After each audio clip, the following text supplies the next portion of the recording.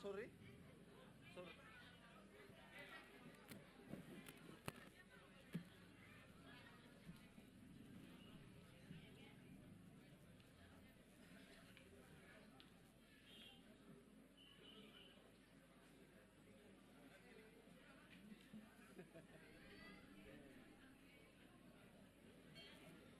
Tambo. Tambo nang balik.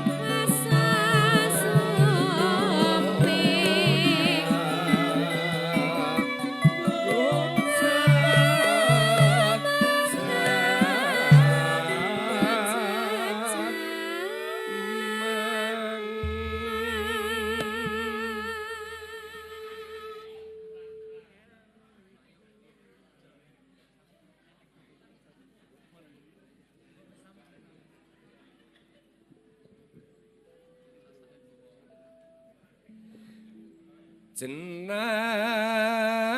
kula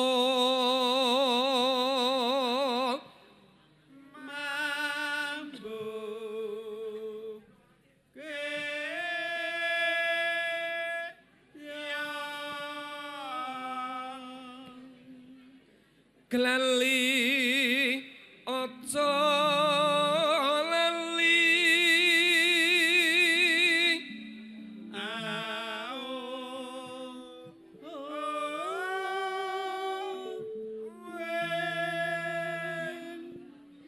lali ali niku sulih kula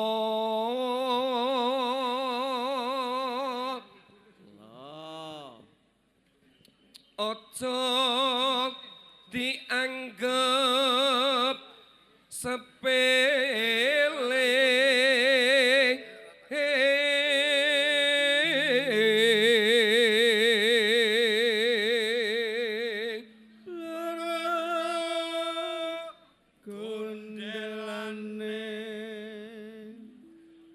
kula mboten melu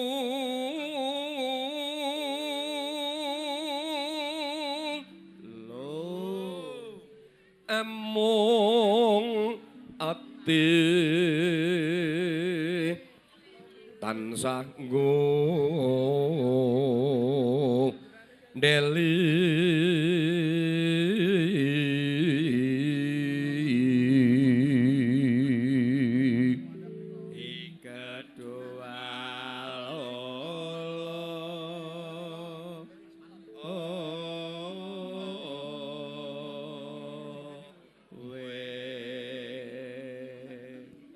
yen dadi lara gelo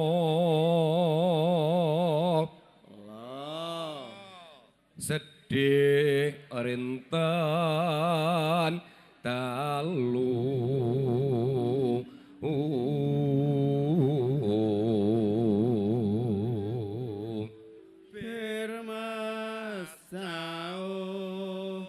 mampir mas boten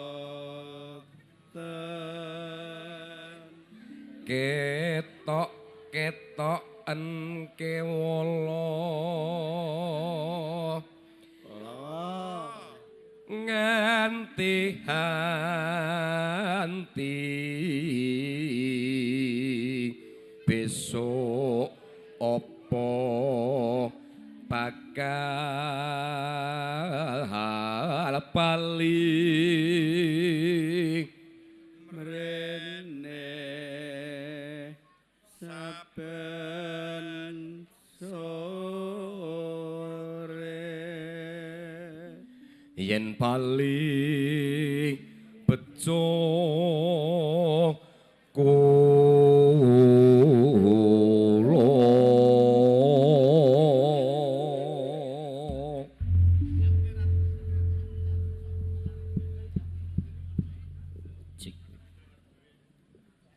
Sagung tamu kagung sarta putri ingkang pinanting pakurmatan hamiwiti lampahing tata cara ngunduh penganten ing wanci menika nyuwun lilah sarta pangestunipun para ingkang sampun kepareng rawuh kanca-kanca sendang arum ketawang mijil wikaring tias kula suwun sumangga.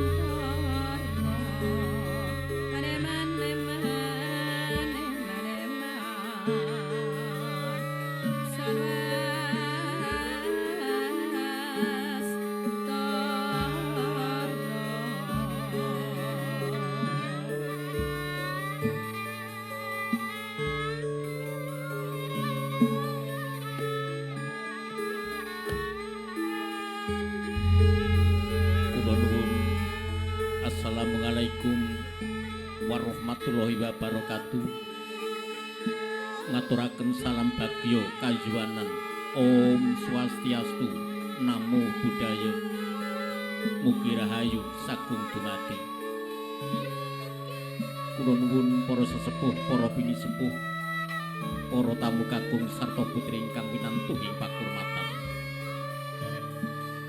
Murwakane atur keparengna langkung rumiyin kula nyuwun lilah sarta pangestunipun para ingkang sampun amroaken rawuh. Anggen kula ngaturaken puja puji panuwun syukur ing ngarsa dalem Gusti Allah kang Maha Mirah. Inggih awit saking sih nugrahanipun satemah panjenengan dolan kula saged makempal ing papan pahargyan menika kanthi wilujeng. Ing salajengipun sumangga tanpa kendhat hamaminta. Mugi sih wilasa wilasanipun kapatedhakna ing telenging pahargyan ngantos sanjawining pahargyan ing pangajap sageda hanentremaken swasana. Kula ingkang minangka pambiwara kepanna ngaturaken rancang lampah-lampah kaperluan ing wanci menika. Ngunduh mantu palakramanipun Bagus Arditya Basti Prayoga atmajanipun Bapak Basuki Ibu Heti Sukarti ingkang pidalem ing Wolo dadi plausan. Ingkang sampun hanemtokaken bilanipun dhumateng Roro Eka Nur Septianti atmajanipun Bapak Sulian Ibu Supriyah ingkang pidalem ing Dungan Buluarjo plausan.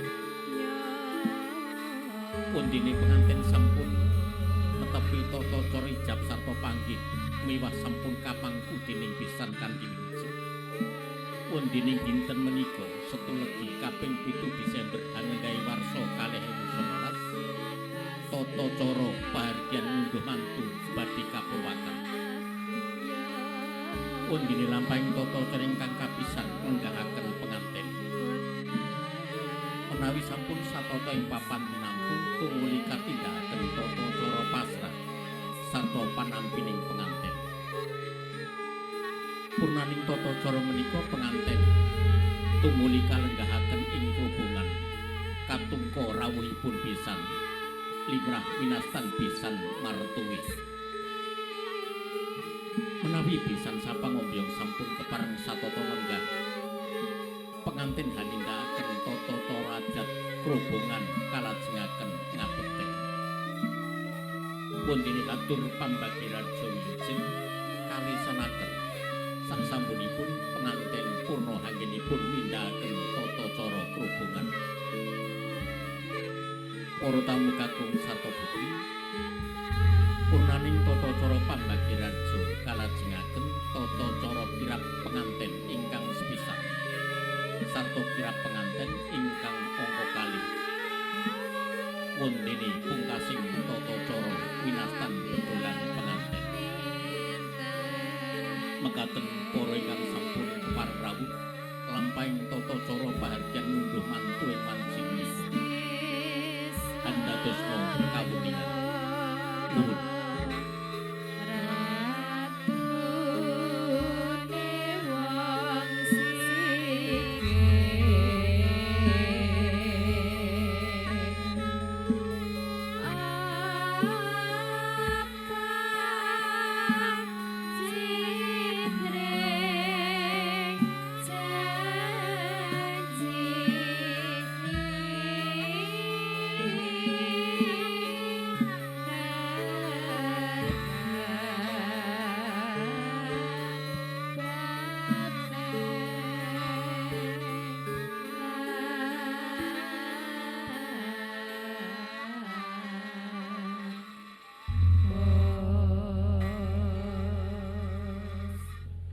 Sagung tamu kakung putri ingkang sinedahan.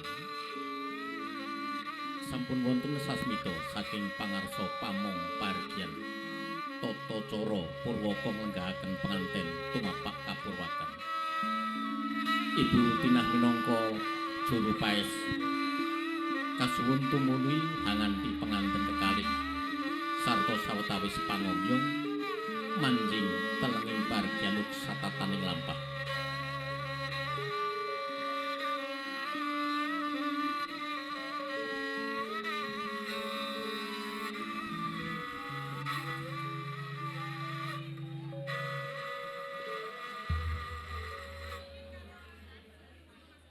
kahambalan matur tata cara purwaka nglenggahaken penganten tumapak kapurwakan. Juru paes minangka pamonging penganten kasuwun lenggahaken penganten kekalih. Undine pasrah penganten kasumanggaaken Bapak Haji Sugiyono. Undine panampining penganten Bapak Supardinanang ingkang jenengipun kasumbul Bapak Yitno sarta Bapak Sati. Ladrang wilujeng kapiyarsa.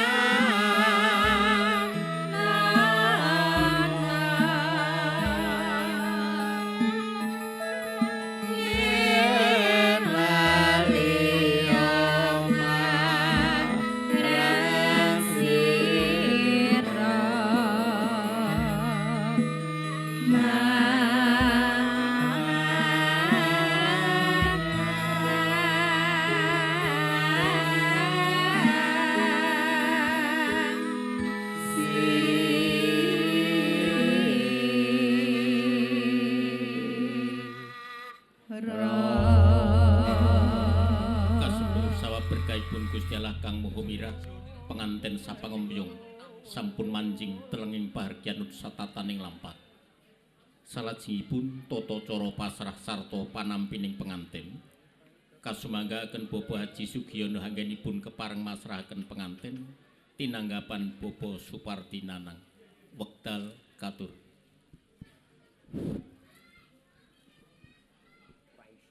Inggih, nuwun sewu.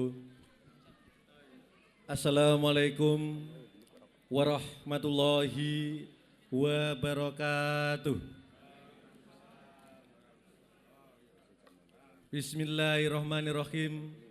Alhamdulillahirabbil alamin. Asyhadu alla ilaha illallah wa asyhadu anna Muhammadar Rasulullah sallallahu alaihi wasallam wa ala alihi wa ashabihi amma ba'da. Rabbi shrahli sadri wa yassirli amri wahlu 'uqdatam min lisani yafqahu qouli al ayah. Nuwun kawula nuwun suwewu kasugengan sih nugraning Gusti ingkang akarya loka mugi tansah kasanding kasarira kula delasan panjenengan sedaya. Sungkem pangabektos kula dumateng para pinisepuh sesepuh aji sepuh ingkang sampun hagung mastuti dumateng pepoyaning kautamen ingkang pantes pinundi kinabekten hadiratul kiram, para alim, para ulama, Bapak Haji, Ibu Haja, para kaum muslimin wal muslimat ingkang mugi tansah dipun mulyakaken dening Allah Subhanahu wa taala. Para pangreh, pangemban-pangembating praja satriyane negari minangka pandombing kula dasih ingkang pantes sinudarsana. Maliginipun dumateng panjenenganipun Ki Kadang Besan Sutrisno kekalih inggih menika Bapak Basuki Sarimbit Ibu ingkang pantes nampi kanurmatan dumateng panjenenganipun para rawuh, para tamu undangan, kakung saha putri, para kadang taruna muda, kadang panitia, kadang sanggar seni ingkang tansah kula tresnani. Inggih nyun sewu kanthi nyuwun lumunturing sih nugrane Gusti ingkang maha murbeng dumados kepareng ing mriki kula pinarak sowan ngabiyantara dumateng ngersa panjenengan sami aurat ngemban dawuh timbalan saking ingkang hamugati inggih menika Bapak Sulyan Sarimbit Ibu Supiyah kinen kapure ngaturaken putri kinasihipun Roro Ayu Eka dumateng panjenenganipun Bapak Basuki Sarimbit Ibu. Minangka perwakane atur sumangga ing mriki kula dherekaken maos puja lan puji syukur alhamdulillahirabbil alamin dumateng ngersanipun Allah Subhanahu wa taala ingkang sampun paring pinten-pinten kanikmatan karahmatan hidayah dumateng kula ugi panjenengan sami ingkang utami ing kalenggahan siang punika kita tasih pinaringan kawilujengan karaharjan kasempatan manah ingkang longgar sehingga saged rawuh wonten ing dalem mriki kanthi manggih rahayu widodо wilujeng boten wonten alangan setunggal punapa. Sholawat saha salam mugi tansah kunjuk katetepna dumateng junjungan Nabi kita Nabi Agung Nabi Muhammad Rasulullah sallallahu alaihi wasallam. Para pinisepuh, para rawuh, para tamu undangan, kakung saha putri ingkang winengku ing karahayon. Kula minangka silih salira duta saking ingkang hamukarsa panjenenganipun Bapak Sulyan Sarimbit Ibu. Atur kula ingkang kostunggal ing mriki panjenenganipun Bapak Sulyan Sarimbit Ibu ngaturaken atur salam saha taklim dumateng panjenenganipun Bapak Basuki Sarimbit Ibu kanthi atur assalamualaikum warahmatullahi wabarakatuh. Mugi-mugi anggenipun hamangku karya bayangkari putra kinasihipun wiwit purnamadya ing wasana tansah manggya rahayu widodо wilujeng boten wonten alangan setunggal punapa. Amin. Atur kula ingkang kekalih bilih pisuwan kula kalian sedaya rombongan saking keluarga agung Bapak Sulyan Sarimbit Ibu mastuti pamundhut saking panjenenganipun Bapak Basuki Sarimbit Ibu kapengker bilih wonten ing dinten Sabtu Surya kaping 7 Desember tahun 2019 atawis jam 11 putra kekalih kasuwun kalarapaken dumateng griya wala dadi mriki. Kanthi maos bismillahirrahmanirrahim kula pasrahaken sawetahipun Roro Ayu Eka dumateng panjenenganipun Bapak Basuki Sarimbit Garwa. Mugi dipun tampi saha dipun dadosaken putra putrinipun piyambak. Sehingga mboten dipun pilah-pilah atawisipun putra piyambak kalian putra mantu. Ewan dene sasampunipun putra kekalih lelumbang dumateng Samudra Agung tamtu tasih kathah kekiranganipun. Pramila saking punika panjenenganipun Bapak Sulian Sarimbit Ibu namung Purbawasesa mantos borongo dumateng panjenenganipun Bapak Basuki Sarimbit Garwa anggenipun paring panggulawentah, paring sesorah, paring pituduh, pitedah ingkang luhur. Mbok bilih sak mangke cumondhok wonten ing mriki. Semonten ugi mbok bilih sak mangke cumondhok wonten ing Dungan, Banyeputih, Buluharjo panjenenganipun Bapak Sulian Sarimbit Ibu Supiah ingkang paring panggulawentah, paring pitutur petuah ingkang luhur. Ingkang sedaya wau katujukaken supados putra kekalih anggenipun bentuk keluarga ingkang enggal sageta bentuk keluarga ingkang bahagia. Bahagia dunia, bahagia akhirat, saged bentuk keluarga ingkang sakinah, mawaddah, warahmah, ugi barokah. Amin. Para pinisepuh, para rawuh, para tamu undangan kakung saputri ingkang winengku ing Suka Basuki. Atur kula ingkang ketiga bilih sasmita ingkang kula tampi saking sedaya pandherek temanten ngawontenaken tali asih. Dumateng panjenenganipun Bapak Basuki Sarimbit Garwa kersa ing mangke nampi tali asih saking sedaya pandherek temanten. Ugi dumateng duta ingkang beto tali asih kula aturi jemeneng sawetawis sak perlu ngaturaken tali asih dumateng panjenenganipun Bapak Basuki Sarimbit Garwa.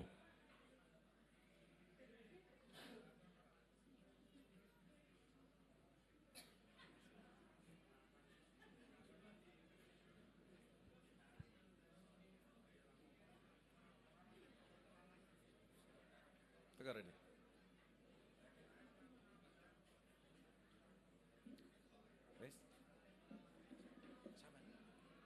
Monggo, Pak. Inggih, nyuwun sewu Bapak Basuki Sarimbit Garwa. Tali asih menika ampun diputingali bobot isinipun. Mugi-mugi tali asih menika sageta angraketaken persederekan atawisipun keluarga kekalih.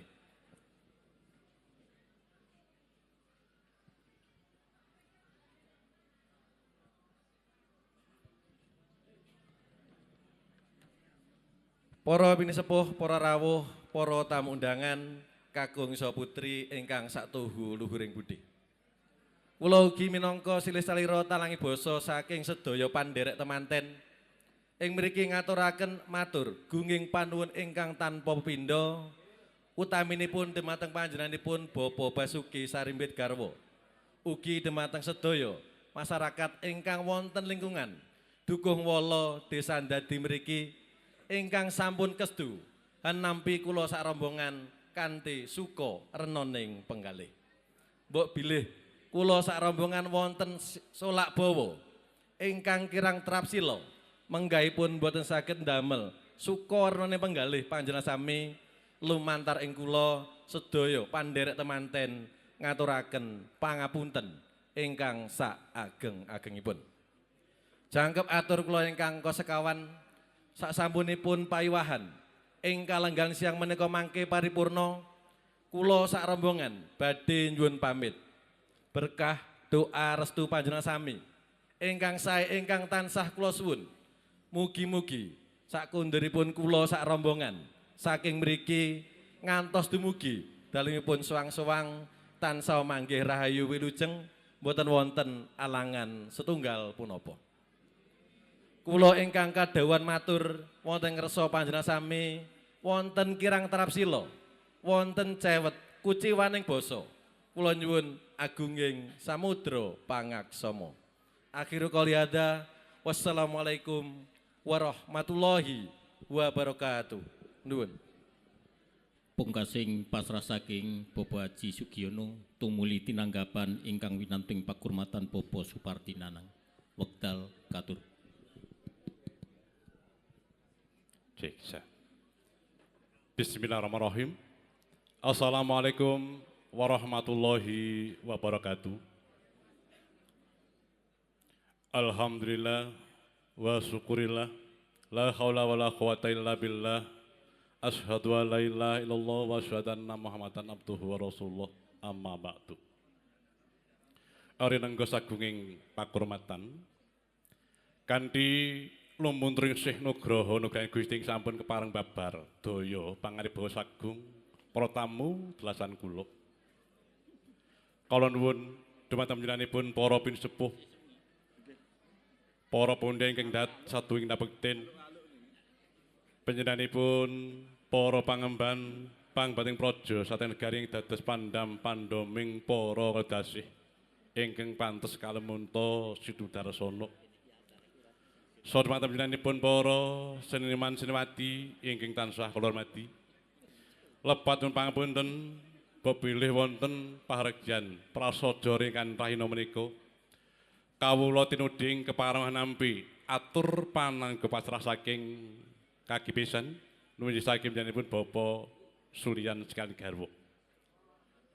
Saderengipun sumangga kita sareng-sareng panjataken puja asta puja astuti kunjuk ngasandat Gusti ingkang murbeng dumadi ingkang sampun maring berkah barokah kalujengan pendaya sehingga ing ringgan menika kula panjenengan saged ngerawi punapa dados undanganipun Bapak Basuki kanthi boten mangke alangan setunggal punapa-punapa.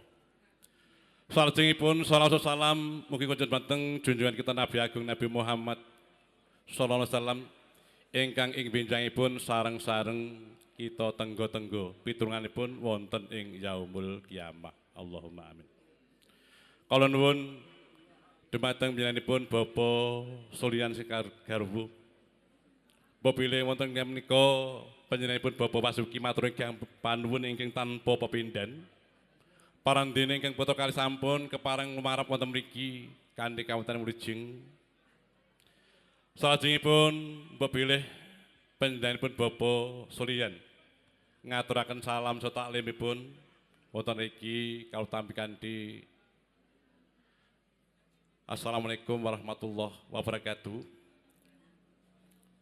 Salajengipun bepilih ingkang putra sampun kelampahan tepi tata cara adat widi widana sampun senengker wonten ing dalem mriki. Kang putra kalih kula tampi kanthi syukur lan penggalih. Kula tampi kanthi lega-legan manah. Sasampunipun monggo sareng-sareng samat sinamadan daya dinayan kita tata kita titi ingkang sepados ing putra ngenjang dhateng putra ingkang saleh. Putra ingkang saleh akhiripun dadosaken keluarga ingkang sakinah mawaddah warahmah. Saengga saged teka kang jinangka jumbuh kang ginayuh dugi kang esti. Mugi-mugi kanthi berkah panjenengan panjenengan sedaya panjenenganipun sat pojot mansarimpit anggenipun bangun bebayan enggal tansah kinandhar ujung boten wonten alangan setunggal punapa-punapa wit dinten menika ngantos sak lami-laminipun. Salajengipun pepilih ing ngajeng ngaturaken salam ngaturaken tali asih. Panjenenganipun Bapak Basuki maturaken panuwun ingkang menika pepilih sasampunipun wonten parga praja menika kagem ngurakapi punapa dados kebetanipun keluarga wonten ing dalem mriki. Salajengipun pepilih ing mangke sampun paripurna. Parga praja wonten ingkang menika sedaya pangomjong saking plaosan keparing pamit.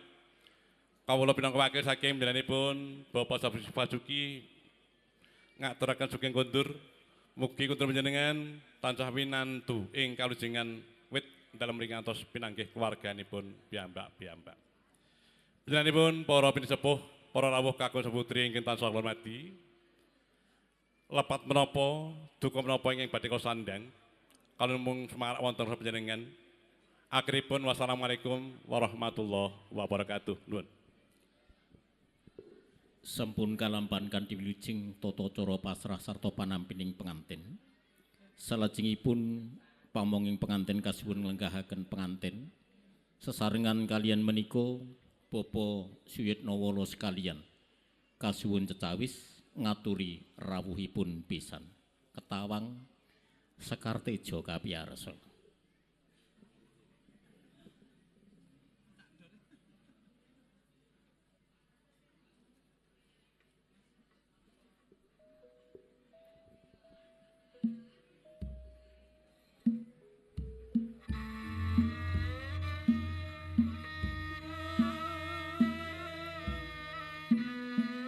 babalan matur tata cara sak sampunipun penganten lenggah satata ing kelubungan katungka rawuhipun pisan ingkang pinundungan Bapak Suitnawala sekalian kula sumanggahaken kelampaning sedya.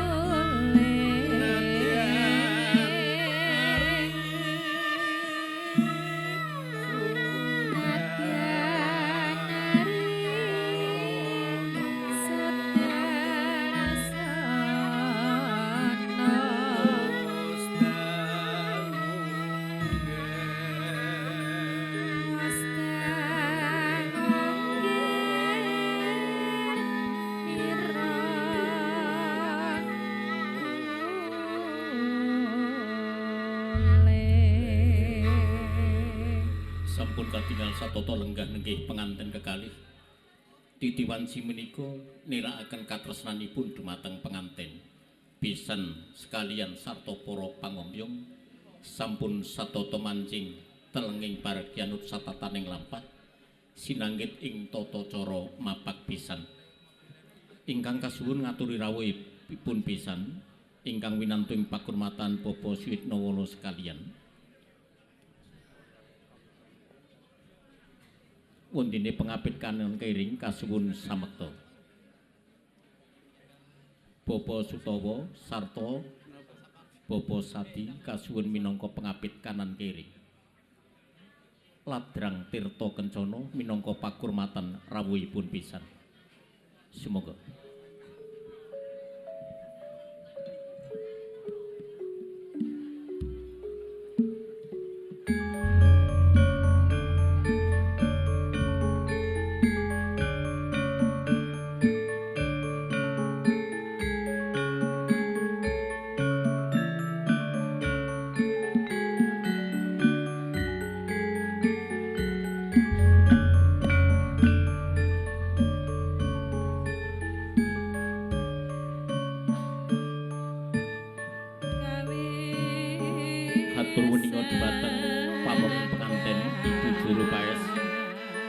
wonten keparengipun mernata jumenengipun Bapak Basuki sekalian wigatos nampi rawuhipun pisan kalampani sedya kasumanggahaken.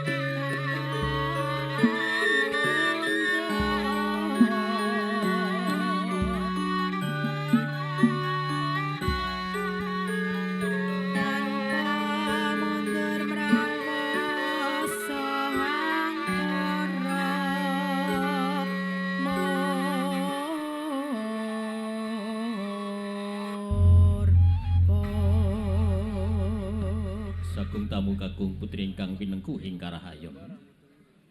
Pisan sapangombyong sampun kepareng satata lenggah. Titi wanci menika penganten badhe hanindakaken tata cara krubungan ingkang kalajengaken tata cara ngabekten. Pamonging penganten Ibu Juru Paes kasuwun samekta mratitisaken. Ladrang eling-eling kula suwun.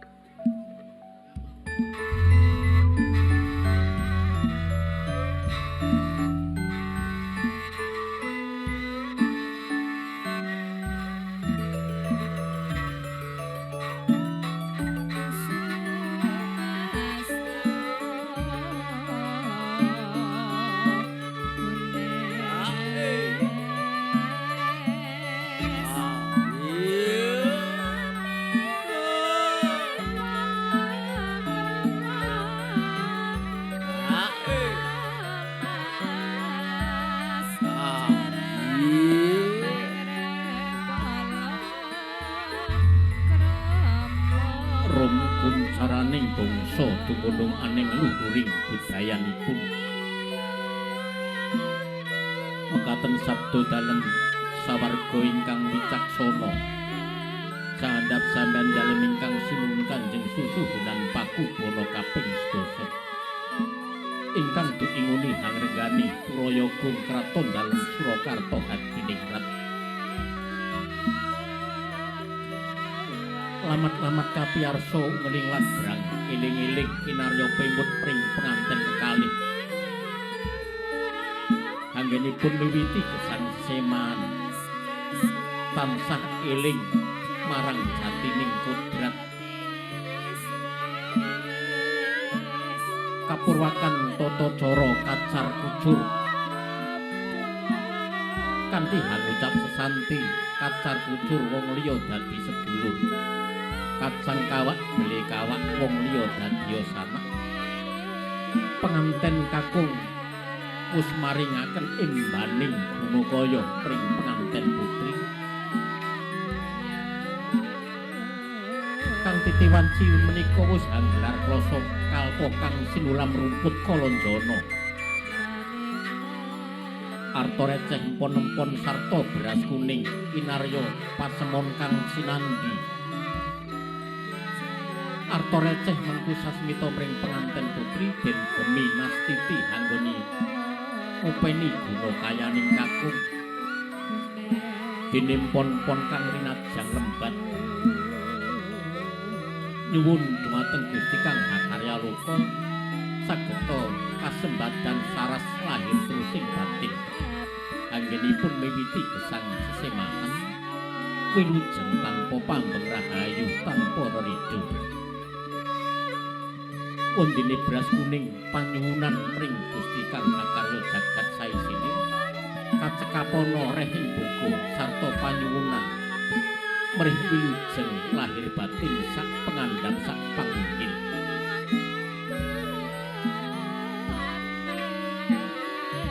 wis binuntel dadi sawiji kasaken dumateng ingkang rama lan ibu simimpen ing lumbung Bandung kinarya pawitan anggenipun miwiti gesang sesemahan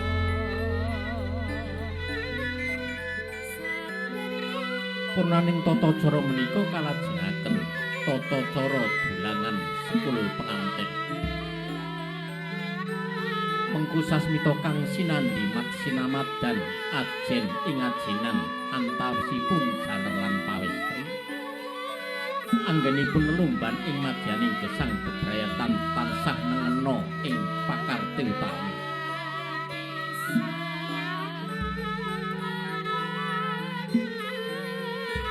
menawi sampun purna dulangan sekul penganten kalajengaken hanginum tirta wening sarining bumi mapan menika pasemon berkahipun Gusti Kang Maha Kawasa kapatedhakaken dumateng ingkang palakrama sageta hanyembuh kawilujengan lahir tusing batin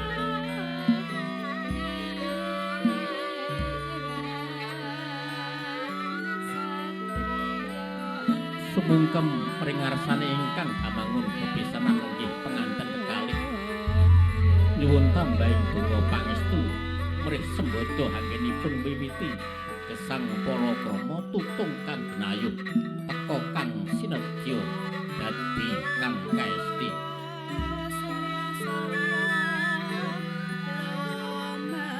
Mekaten para tamu kakung putri sampun purna lampahing tata cara krubungan sarta tata cara ngabekten. Nuwun.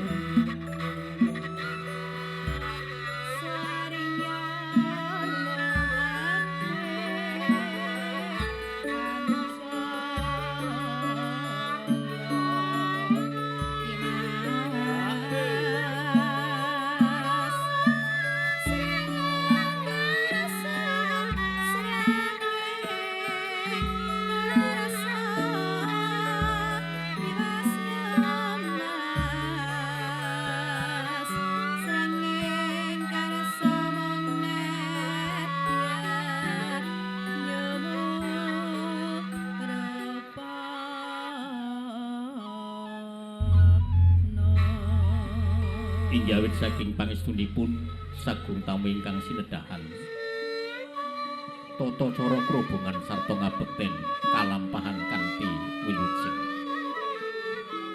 minangka jangkeping tata krami ing wanci menika Bapak Basuki sarta Ibu Heti Sukatmi kepareng ngaturaken krekat pangucitaning manahipun hatur pambagir harja wilujeng sarta panuwunipun ingkang badhe kalisanaken ingkang winanting pakurmatan Bapak Haji Sarmin Kepala Desa ing Dadi Plausan jumenengipun kasumbul Bapak Kasun sarta Bapak Sambung.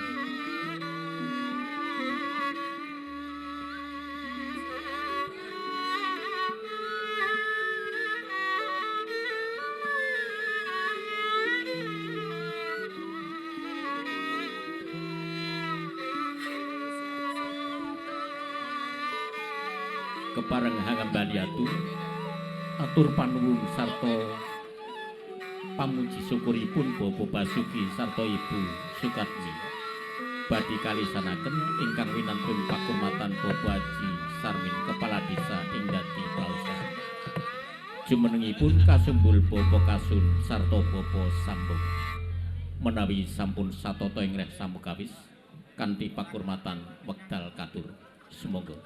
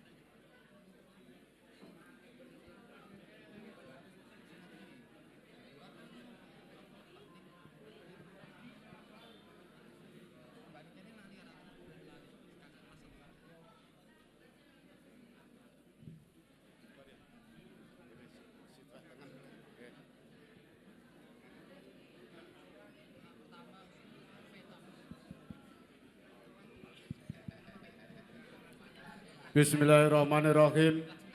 Assalamualaikum warahmatullahi wabarakatuh. Sugeng siang lan salam sejahtera kagem kita sekalian. Alhamdulillahirabbil alamin.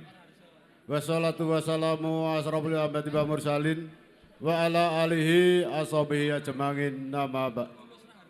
Dumateng panjenenganipun para bini sepuh, sesepuh, aji sepuh. Ingkang satuhu pono ing pamawas lebda ing pitutur ingkang pinundi saha nabekten. Dumateng panjenenganipun sarjana sujayaning budi.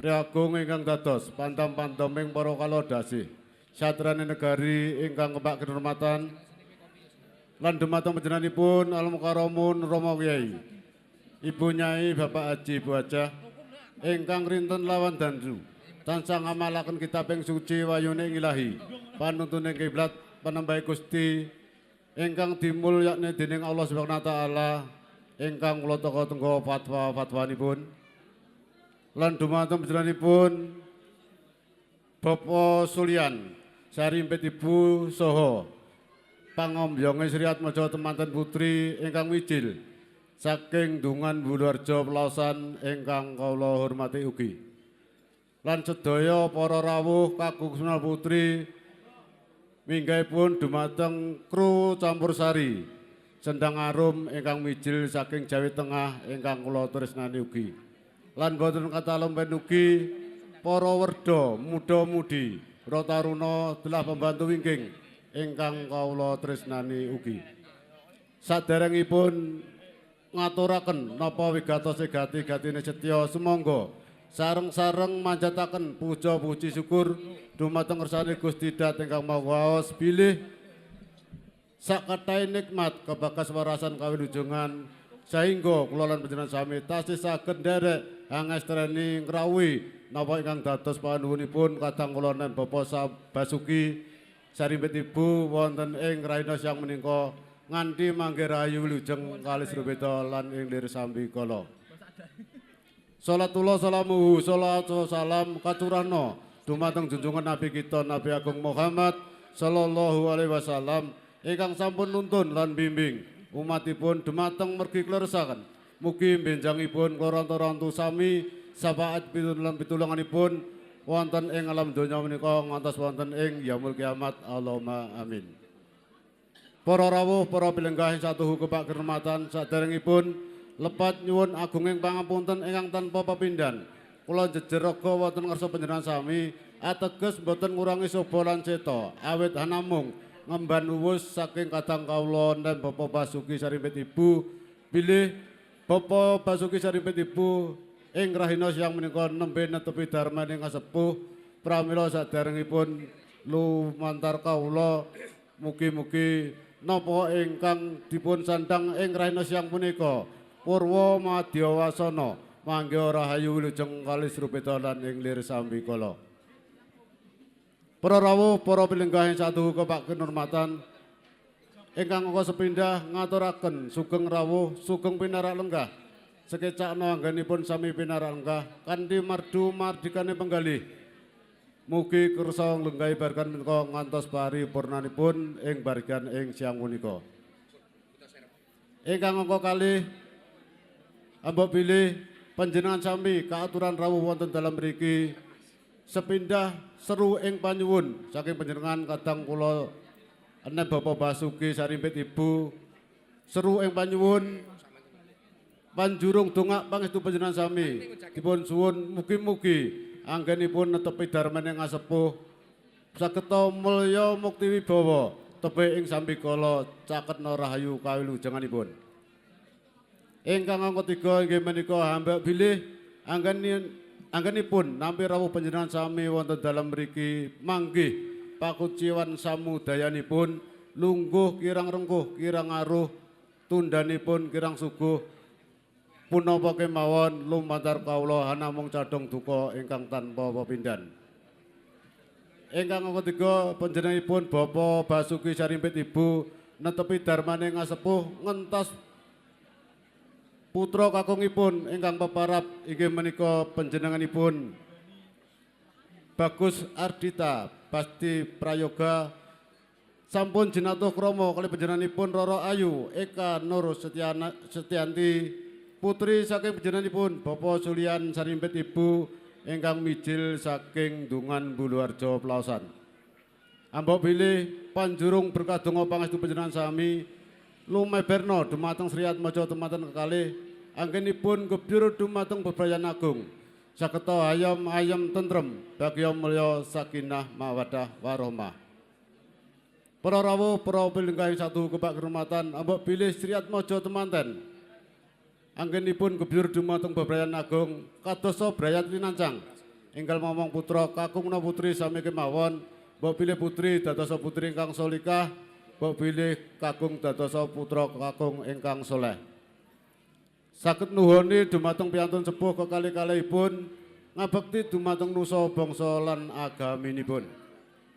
Para rawuh, para linggahi satu kebak kehormatan, ambok bilih kangge ngirangi pakuciwan panjenengan sami mangke rayo wonten mriki panjenenganipun Bapak Basuki Sarimpit Ibu ngrawuhaken panglipur campur sari ingkang peparap sendang arum mijil saking Jawi Tengah pramila sekecakno anggenipun sami pinarak lenggah kanthi mardu mardikane penggalih mugi kersa nglenggahi barkan ngantos paripurnanipun berikan ing siang punika.